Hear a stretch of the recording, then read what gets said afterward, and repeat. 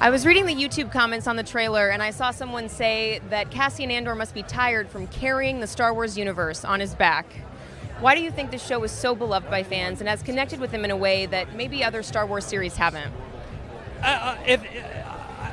The idea of ordinary people, the idea of making a story that's in the kitchen instead of the dining room, and really having people, when we have so many characters, there has to be somebody in there that people can identify with, up and down. And this really is about ordinary people. What do you do when history comes and kicks your door down and says it's time to make decisions?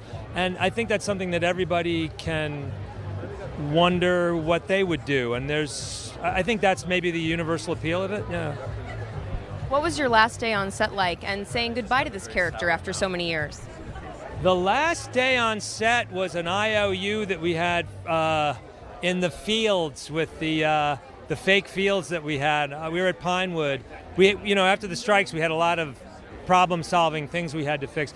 But we had a lot of people there. We had a lot of cast there, and we had two directors there because they were both working. So it was a very we had enough people there to make it really, really emotional. And what was the second part of that?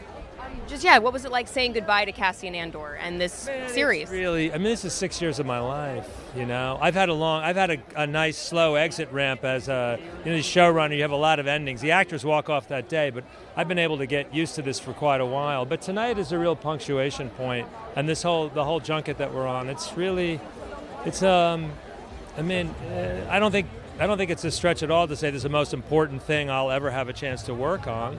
And it's a major chunk of my life. And we made 8 movies in 5 years. That's what we did, really. That's how we think of it. So that's a lot, but could we see you do more in the Star Wars universe? Would you want to?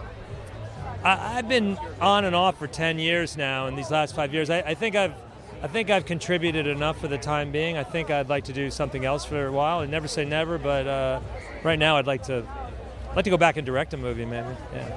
And finally, there are rumors that Kathleen Kennedy could be headed towards retirement this year. Who do you think would be a good person to replace her as the leader of Lucasfilm? Those things. That was misreported before. I don't know really what the truth is, and I have no